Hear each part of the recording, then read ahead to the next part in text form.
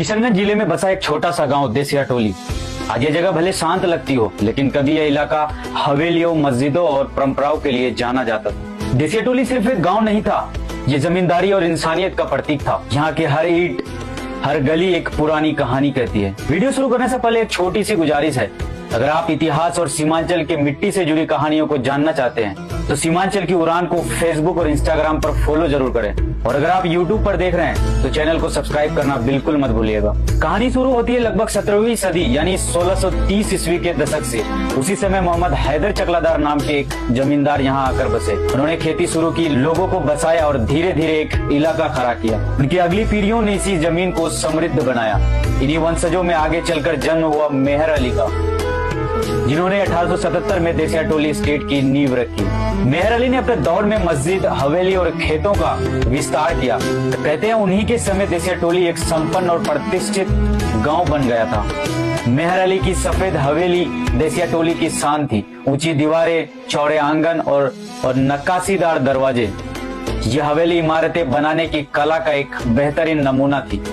पास ही बनी मस्जिद, जिसका निर्माण 1905 से 1910 के बीच हुआ, आज भी अतीत की गवाही देती है। यहीं से देसिया टोली स्टेट की असली पहचान शुरू हुई, जहां परंपरा, मेहनत और इंसाफ एक साथ बसते थे। मेहर अली के बाद उनके दामाद और भतीजे खान मोहम्मद फजलुर रहमान ने स्टेट की बागडोर संभाली। उन्होंने देसिया टोली की जमींदारी को नई ऊंचाइयों तक पहुंचाया। उन्होंने मेहरगंज अस्पताल बनवाया, साथ ही सड़कों, स्कूलों और पोस्ट ऑफिस का निर्माण कराया। देसिया टोली को उन्होंने केवल एक स्टेट नहीं बल्कि समाज सेवा का केंद्र बना दिया।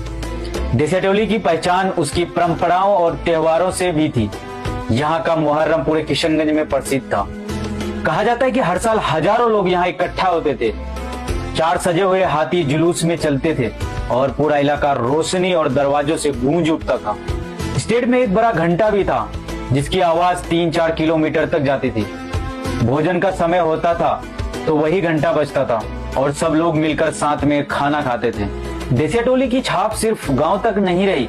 किशनगंज के लाइन मोहल्ला में स्टेट से जुड़ी एक और शानदार हवेली हुआ करती थी। 4 बीघा जमीन में बनी वो हवेली, जहां अंग्रेज अफसरों से लेकर स्थानीय अधिकारी तक आते थे।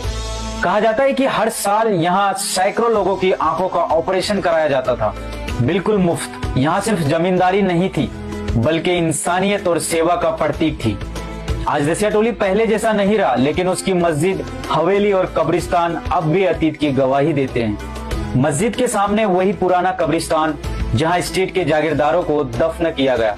हर साल मुहर्रम के दिन परिवार के लोग सफेद हवेली की खिड़कियों से ताजिया देखते थे। यह परंपरा आज भी जीवित है।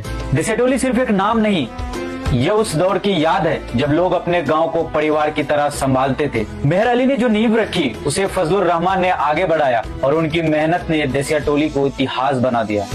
आज भी इस मिट्टी की खुशबू में अतीत की वो रौनक बसती है जो बनती है इतिहास कभी मिटता नहीं, बस रूप बदल कर जिंदा रहता है। देसिया टोली सिर्फ एक गाँव नहीं बल्कि बिहार के उस सुनहरे दौर की झलक है जब विरासत का मतलब था सेवा, संस्कृति और सम्मान।